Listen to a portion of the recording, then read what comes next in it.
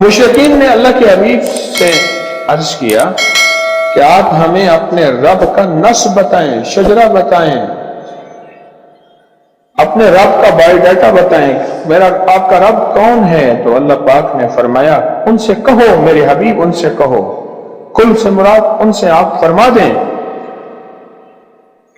قل هو اللہ احد اللہ الصمد۔ جب بندہ پڑھتا ہے نا اللہ الصمد، غور سے سنیے گا، قل هو اللہ احد احد احد اللہ الصمد۔ جب بندہ پڑھتا ہے نا اللہ الصمد، جو صمد ہے، صمد صاد میم اور دال، جب بندہ پڑھتا ہے نا اللہ الصمد، تین فرشتے فوراً اسی کی طرف متوجہ ہوتے ہیں، اور اگر چوتھا آنا چاہتا ہے تو اس کو کہتے ہیں ابھی تیرا وقت نہیں، تیری ضرورت نہیں، چوتھا اسرائیل۔ یہ جو لفظ صمد ہے یہ عمر بڑھاتا ہے، یہ وقت بڑھاتا ہے، یہ دولت بڑھاتا ہے، یہ عزت بڑھاتا ہے، یہ طاقت اور شعور بڑھاتا ہے، یہ احساس اور ادراک بڑھاتا ہے، یہ زندگی کے دن رات کی روشنیاں بڑھاتا ہے اور کرنیں بڑھاتا ہے۔ کون سا لفظ؟ سمد۔ یہ سمد وہ لفظ ہے جو زندگی کے دن رات بڑھاتا ہے، برکتوں کے دروازے کھولتا ہے، فیض اور کرم کے دروازے کھولتا ہے۔ یہ لفظ، یہ وہ لفظ ہے۔ تین فرشتے، جبرائیل، میکائیل، اسرافیل، بڑے فرشتے، یہ تین فرشتے جب صمد پڑھتا ہے اللہ الصمد، اے اللہ صمد کو بھیج دے، اللہ الصمد، اے اللہ صمد کو بھیج دے۔ صمد سے مراد وہ تین فرشتے جبرائیل، میکائیل اور اسرافیل، اے اللہ صمد کو بھیج دے۔ اور تینوں فرشتے آ کے کہتے ہیں میرے رب کی محبتوں میں سے محبت چاہتا ہے، دولتوں میں سے دولتیں چاہتا ہے، تاجوں میں سے تاج چاہتا ہے، اقتداروں میں سے اقتدار چاہتا ہے، شان و شوکت میں سے شان و شوکت چاہتا ہے، ملک مال چاہتا ہے، صحت حکومت چاہتا ہے، اقتدار رحمت چاہتا ہے۔ بول چاہتا کیا ہے؟ اگر چاہتے ہیں کہ کوئی ایسا عمل ہو جو رونگٹے کھڑے کر دینے والا عمل ہو، رونگٹے کھڑے کر دینے والا عمل ہو، رونگٹے کھڑے کر دینے والا عمل ہو، اگر آپ چاہتے ہیں کوئی ایسا عمل ہو تو ایک بار سورت اخلاص کو لو اللہ پڑھے، صرف ایک بار، صرف ایک بار سورت اخلاص پڑھے، صرف ایک بار۔ اور جب پہنچے نا اللہ الصمد، قل هو اللہ احد اللہ الصمد۔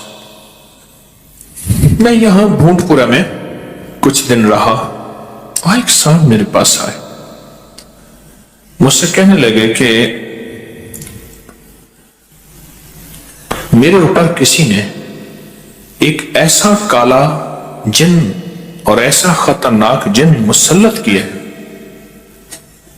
کہ جو میں آنکھوں سے دیکھتا ہوں اور میری بیوی آنکھوں دیکھتی ہے، بچوں کو نظر نہیں آتا، کوئی گھر میں آئے اس کو نظر نہیں آتا، میں آنکھوں میں دیکھتا ہوں۔ کہنے لگا ایسے دیوار کے اندر چلا جاتا ہے، پھر دیوار سے باہر نکل آتا ہے، چھت کے اندر جاتا ہے اور چھت پھٹتی محسوس ہوتی ہے، ہم ڈر کے بعض اوقات ہٹ جاتے ہیں کہ چھت پھٹی ہے گر نہ جائے، پھر وہ مل جاتی ہے، پھر ایسے چلا جاتا ہے۔ وہ کالا جن ایسے چلا جاتا ہے، ایسے آ جاتا ہے۔ کہا کہ اسے کسی نے ہمارے اوپر مسلط کیا، مسلط کیا۔ ان کے کچھ مسائل تھے، کوئی آپس میں مسلط کیے، اور کہا کہ وہ جن ایسا ہے ہمیں عبادت نہیں کرنے دیتا، تسبیح نہیں کرنے دیتا، وظیفے نہیں کرنے دیتا، اعمال نہیں کرنے دیتا، ہمارا منہ بند کرتا ہے، مجھے آج بھی اس بندے کے الفاظ یاد ہیں. 2 اس کے ساتھ بوڑھی خواتین تھی, ایک بہن تھی, ایک بیوی تھی. بیچارہ حالات کا ستایا مارا ہوا, کچھ 60 65 کے 70 کے قریب اس کی عمر تھی. کہنے لگا کہ جب میں قل ہو اللہ پڑھتا ہوں تو اس کی گرفت ڈھیلی پڑ جاتی ہے, اور جب میں پڑھتا ہوں نا اللہ الصمد, تو کہا کہ اللہ الصمد پڑھتے ہی وہ ایک دم دور ہو جاتا ہے, ایسے جیسے کسی چیز کو کوئی دھکا دے اور وہ چیز دھکے سے ایک دم دور ہو جائے. اللہ الصمد, ایک دم وہ دھکے سے ایک دم کوئی دور ہو جائے. کہا کہ ایسے ہی ہوتا ہے اللہ الصمد, اور کہا کہ بس یہی وظیفہ جو ہے, کہا کہ مجھے مفید ہوا ہے, موافق ہوا ہے یہی وظیفہ, اور کہا کہ بس اب میں صرف یہی وظیفہ پڑھتا ہوں, یہی وظیفہ پڑھتا ہوں. مجھ سے کہنے لگا آپ مجھے کوئی وظیفہ بھی دیں گے نہیں پڑھنے دیں گے, یہی اگر اجازت دے دیں. تو میں نے کہا اس سے بڑھ کے اسم اعظم کون سا ہے, اس سے بڑھ کے پرتاثیر چیز کون سی ہے؟ میں آپ کو یہی وظیفہ دے دیتا ہوں, آپ اسی وظیفے کو پڑھیں. پھر میں نے اس کا ترکیب بتائی, آپ کو ہی بتاتا ہوں, شاید میں زندگی میں پہلی دفعہ بتا رہا ہوں یا پہلے بتائی ہوگی, جہاں تک میری یادداشت ہے پہلی دفعہ بتا رہا ہوں. یہ نہیں کہ چھپاتا ہوں, دعویٰ تو پھر بھی نہیں کر سکتا, بھول جاتا ہوں پھر یاد آتی ہے بازو کا. اب وہ چیز آپ کو عرض کر رہا ہوں. میں نے اسے کہا صرف ایک دفعہ سورۃ اخلاص پڑھ, اول آخر 3 دفعہ درود شریف. رونگٹے کھڑے کر دینے والا عمل, اس کا نام جو میں نے سال سے رکھا ہے, رونگٹے کھڑے کر دینے والا عمل. حدیث میں آتا ہے, مفہوم ہے کہ جب بندے کی اضطراری کیفیت ہوتی ہے, بے چین, بے قرار, پریشان ہوتا ہے, مضطر, اس وقت عرش الہی ایک دم میں حرکت میں آتا ہے, رحمت متوجہ ہوتی ہے اور اللہ کا عرش ہل جاتا ہے. رونگٹے کھڑے کر دینے والا ایسا عمل جس میں انسان جو ہے بس ایک پل میں ایسے بے چین بے قرار ہو.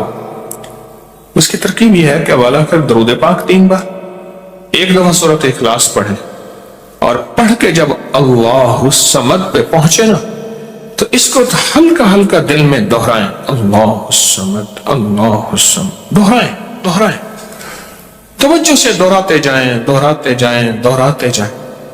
پہلے الفاظ آتے ہیں, اور سے سنیے گا, پہلے الفاظ آتے ہیں پھر کیفیات آتی. پہلے الفاظ آتے ہیں پھر کیفیات آتی ہیں. پہلے الفاظ آتے ہیں, انسان پہلے الفاظ سے, بچے کو آپ ایسے لوگوں کے ساتھ پلنے کے لیے جو بول نہیں سکتے, بچہ کبھی نہیں بولے گا, کرے گا, بول نہیں سکے گا, کیونکہ بچہ الفاظ چنتا ہے پھر وہ الفاظ بولتا ہے. پہلے الفاظ ہوتے ہیں. کسی نے پوچھا حضرت میرا دل ذکر نہیں کرتا, بس زبان سے کرتا ہوں. کہا مبارک ہو, اللہ نے جسم کے ایک حصے زبان کو قبول کر لیا ہے, اس کو نہ چھوڑنا, ایک وقت آئے گا دل بھی قبول ہو جائے گا. ایک وقت آئے گا دل بھی قبول ہو جائے گا. اس زبان والے ذکر کو نہ چھوڑ, وقت آئے گا دل بھی قبول ہو جائے گا. اس کو نہ چھوڑ, حقیقت کہہ رہا ہوں. میں نے اس سے کہا کہ ایک ایسا کام کر, تنہائی میں بیٹھ, اور تنہائی میں بیٹھ کے نا بس صرف تو ہو, اللہ ہو, بندہ ہو. تنہائی میں بیٹھ, اور تنہائی میں بیٹھ کر آپ نے ذکر کرنا. تنہائی میں بیٹھ کر آپ نے ذکر کرنا, تنہائی میں بیٹھ کر. اور اللہ الصمد کی ضربیں لگانی ہے دل پہ دل پہ دل پہ. پڑھنی صرف ایک دفعہ سورۃ اخلاص ہے، اور جب دیکھے نا رونگٹے کھڑے ہو گئے ہیں اور انگ انگ میں سے آنسو بہنا شروع ہوئے ہیں، آنکھوں سے، آنسوں سے اور دل سے اور کیفیات سے ہر جسم کا حصہ اللہ کی طرف متوجہ ہو گیا ہے.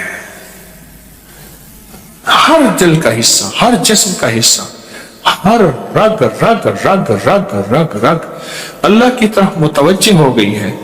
تو پھر اللہ کے ساتھ تعلق بنا اور اپنی مراد، اپنی آس، اپنی امید اللہ کے سامنے پیش کر. اپنی مراد، اپنی آس، اپنی امید اللہ کے سامنے پیش کر. اور اللہ الصمد کو دوہرا دوہرا دوہرا دوہرا دوہرا. یہ جو جنگلوں میں کہتے ہیں چلا کیا فلاں بابا جی نے، پہاڑوں کی غاروں میں چلا کیا فلاں بابا جی نے، کنووں کے اندر چلا کیا، ابھی بھی ایسے کنویں موجود ہیں جس کے نیچے اتر کے پانی بھرتے تھے. اس کو ہمارے برے صغیر کی زبان میں باولی کہتے ہیں. اس میں نیچے جا کے پانی بھرتے تھے.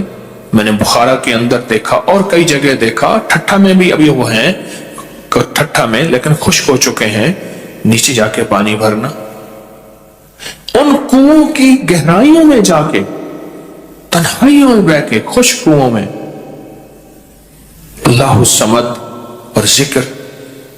اس کی وجہ اندر تنہائیوں میں. یا پھر کیا کیا؟ کہا کہ روئی کو تھوڑا سا گیلا کر اور پیسی ہوئی کالی مرچیں اس میں ملا اور کانوں میں ڈال کہ کوئی آواز کانوں تک نہ پہنچے. میری اماں رحمت اللہ علیہ کے پاس طوطا تھا، تو اس طوطے کو کلمہ پڑھاتی تھی. رات کو پڑھا پڑھا کے نا اس کے کانوں پہ موم لگا دیتی تھی. میں نے خود دیکھا، کانوں پہ موم لگا دیتی تھی کہ ساری رات اس کے کانوں میں، ساری رات اس کے کانوں میں اور کوئی آواز نہ جائے. جاگ رہے اور کوئی آواز نہ جائے. اچھا ایسا کرتے رہے کرتے رہے. میں نے خود دیکھا کچھ عرصے کے بعد اس نے کلمہ پڑھنا شروع کر دیا. ایسے ہی ہم اگر مشق کر، جانور کی مشق ہو جائے تو اس کو کلمہ زبان پہ آ جاتا ہے. اگر ہم کبھی بھی کسی جنگل ویرانے میں، کبھی گھر کی تنہائیوں میں، کبھی کہیں بھی ایک دفعہ سورۃ قل ہو اللہ پڑھیں اور ایک دفعہ سورۃ اخلاص پڑھیں اور ایک دفعہ سورۃ اخلاص پڑھیں، لیکن اللہ الصمد کو بہت زیادہ دوہرا. اصل میں اللہ میں نقطہ نہیں، صمد میں نقطہ نہیں. یہ حروف صمامت ہیں، یہ بے نقطہ حروف ہیں، اور ان بے نقطہ حروف میں بہت طاقت بھی ہے، بہت تاثیر بھی ہے، بہت کمال بھی ہے. اللہم اغفر لی ولوالدی وللمؤمنین والمؤمنات والمسلمین والمسلمات. اب اس وظیفے کو اٹھائیں، اس میں ذرا چنیں کہ بے نقطہ حروف کتنے ہیں. آپ کو حیرت ہوگی، اور آپ کو حیرت ہوگی کہ اچھا یہ کیا ہے.